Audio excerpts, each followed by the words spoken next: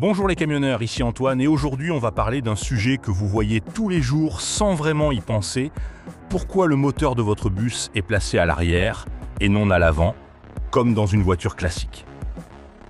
Restez jusqu'à la fin, car on va découvrir ensemble les vraies raisons techniques et pratiques qui se cachent derrière ce choix d'ingénierie.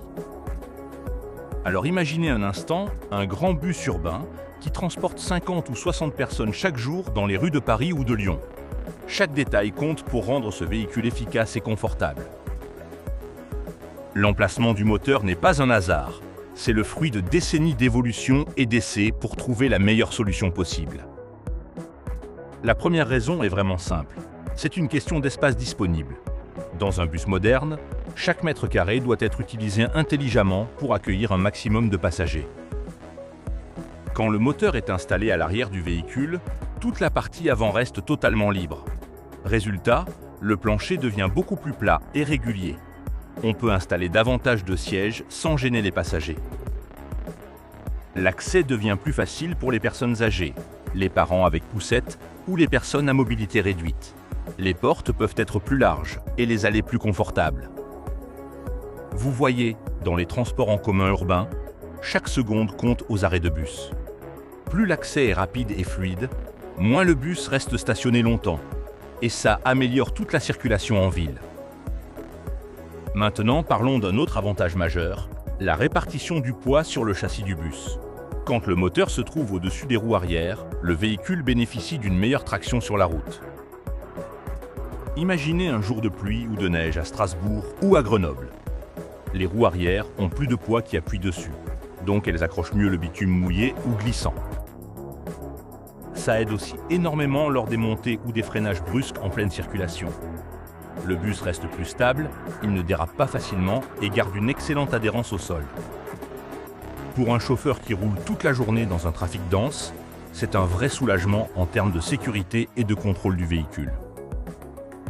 Ensuite, il y a un point qu'on oublie souvent, mais qui change vraiment la vie à bord, c'est le niveau de bruit dans l'habitacle. Si vous avez déjà pris un vieux bus avec le moteur à l'avant, vous savez de quoi je parle. Le bruit du moteur envahit complètement la cabine du conducteur et les premiers rangs de sièges. Pour le chauffeur qui passe 8 heures au volant, c'est vraiment fatigant à la longue. Et pour les passagers qui veulent se détendre ou lire tranquillement pendant le trajet, c'est juste insupportable.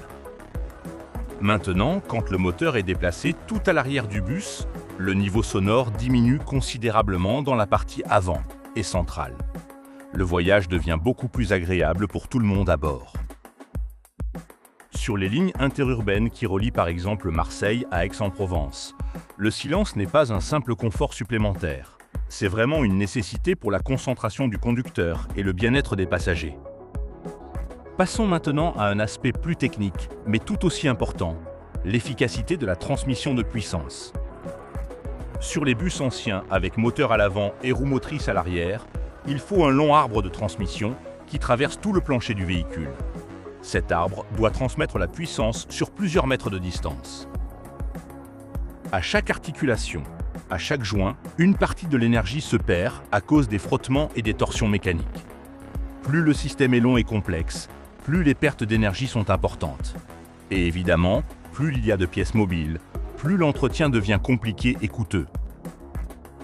Par contre, quand le moteur est placé directement au-dessus ou juste à côté des roues motrices arrière, tout devient plus simple. Le système de transmission est beaucoup plus court et direct. Les pertes d'énergie dues au frottement diminuent fortement. Le rendement global du moteur augmente, ce qui veut dire que le bus consomme moins de carburant pour faire le même trajet. Pour une compagnie de transport qui gère une flotte de 50 ou 100 bus, cette économie de carburant représente des milliers d'euros d'économie chaque année. En plus de ça, un système de transmission plus court et plus simple signifie moins de risques de panne mécanique. Il y a moins de pièces qui peuvent casser ou s'user prématurément. La puissance arrive directement aux roues sans passer par des intermédiaires fragiles. Ça améliore la réactivité du bus quand le chauffeur accélère ou freine, et ça réduit les coûts d'entretien et de réparation. Vous voyez, ce n'est pas juste une question de design ou de mode passagère. C'est vraiment un calcul d'ingénierie réfléchi qui vise à offrir le meilleur compromis entre espace, confort, sécurité et efficacité. C'est exactement pour toutes ces raisons que presque tous les bus urbains et les autocars touristiques modernes adoptent cette configuration avec moteur arrière. Maintenant, parlons d'un autre avantage, souvent sous-estimé, la visibilité pour le conducteur. Quand il n'y a pas de gros blocs moteurs qui encombrent l'avant du bus, on peut installer des pare-brises beaucoup plus grands et larges. Le chauffeur bénéficie alors d'un champ de vision vraiment exceptionnel sur la route devant lui. Imaginez conduire dans le centre de Bordeaux ou de Toulouse avec des rues étroites, des piétons qui traversent partout, des vélos et des scooters qui zigzaguent. Une visibilité maximale n'est pas juste un petit plus, c'est indispensable pour éviter les accidents et anticiper les dangers. En plus, un bus sans moteur lourd à l'avant devient beaucoup plus maniable et souple à conduire. Il est plus facile pour le chauffeur d'effectuer des virages serrés dans les petites rues ou de se garer dans des espaces restreints, comme les dépôts ou les stations terminus. Cette maniabilité est vraiment précieuse dans les centres-villes bondés où le conducteur doit littéralement slalomer entre les voitures stationnées, les camions de livraison et les groupes de piétons. Mais attention, cette solution avec moteur arrière a aussi quelques inconvénients qu'il faut connaître. L'un des principaux problèmes s'appelle le porte-à-faux arrière. En gros, la partie arrière du bus dépasse l'axe des roues arrière, et quand le chauffeur prend un virage serré, cette partie arrière balaie un espace à l'extérieur de la trajectoire des roues. Pour un conducteur expérimenté, ce n'est pas vraiment un souci car il a l'habitude et il anticipe. Mais pour quelqu'un qui débute ou qui n'a pas l'habitude de ce type de véhicule, ça peut créer des situations délicates, surtout dans les ruelles étroites des vieux quartiers. C'est pour cette raison que la conduite d'un bus à moteur arrière nécessite une formation spécifique avec des exercices pratiques de manœuvre. Ce n'est pas un défaut majeur, juste un détail technique important à maîtriser avec de la pratique. Alors, vous vous demandez peut-être, si le moteur arrière offre autant d'avantages, pourquoi certains constructeurs fabriquent encore des bus avec moteur à l'avant? La réponse tient en deux mots, économie et simplicité d'entretien. Beaucoup de bus à moteur avant sont construits sur des châssis de camions déjà existants. Pour les constructeurs, c'est beaucoup plus simple et moins coûteux d'utiliser une base technique déjà éprouvée plutôt que de tout redévelopper de zéro. Ça permet de réduire les frais de recherche, de développement et de production. En plus, l'accès au moteur est beaucoup plus direct et rapide dans cette configuration. Il suffit d'ouvrir le capot à l'avant pour accéder facilement à toutes les pièces mécaniques. Pour les petites réparations ou les diagnostics de panne, c'est vraiment un gain de temps et d'argent pour les ateliers de maintenance. Il existe aussi un avantage pratique non négligeable. Quand l'arrière du bus reste libre, on peut y aménager un grand compartiment à bagages ou une sortie de secours supplémentaire. C'est typique par exemple des bus scolaires aux États-Unis où la porte arrière sert uniquement à l'évacuation d'urgence en cas d'accident. Dans ce type de situation particulière, le moteur à l'avant est une solution parfaitement adaptée aux besoins spécifiques de sécurité. Mais l'histoire ne s'arrête pas là, car il existe une troisième configuration moins connue, le moteur en position centrale. Dans ce cas précis, le moteur est installé environ au milieu du bus, sous le plancher. Cette disposition permet de répartir le poids de manière presque idéale entre l'essieu avant et l'essieu arrière. Résultat, le véhicule devient beaucoup plus stable dans les virages et lors des déplacements à vitesse élevée sur autoroute. Les bus équipés d'un moteur central se distinguent aussi par une meilleure maniabilité générale. Leur rayon de braquage est plus réduit, ce qui est vraiment pratique sur les lignes urbaines avec des rues étroites et sinueuses. Et ce n'est pas tout. L'habitacle y gagne également en confort. Grâce à cette implantation compacte du moteur sous le plancher, davantage d'espace est libéré pour les sièges passagers. Le niveau sonore dans la cabine reste faible, car le moteur est bien isolé et éloigné des zones de vie.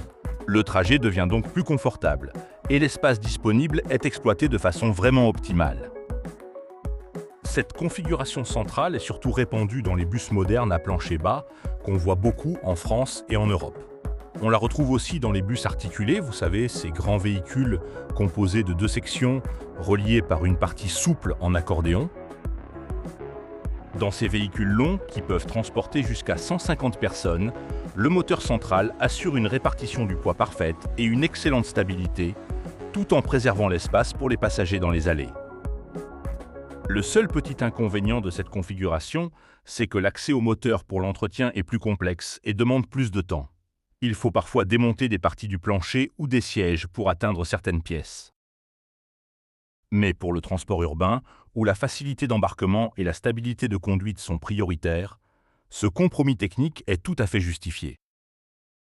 Voilà les conducteurs. Maintenant, vous savez tout sur les raisons techniques qui expliquent pourquoi le moteur de votre bus se trouve à l'arrière ou parfois au centre. Ce n'est pas un détail anodin, c'est le résultat de longs calculs d'ingénierie où chaque élément est pensé pour optimiser l'espace, le confort, la sécurité et l'efficacité. La prochaine fois que vous monterez dans un bus urbain ou un autocar, prêtez attention à l'endroit où bat le cœur de la machine. Derrière vous, sous le plancher ou en plein milieu, le moteur influence non seulement le bruit et la vitesse, mais aussi tout votre confort pendant le trajet.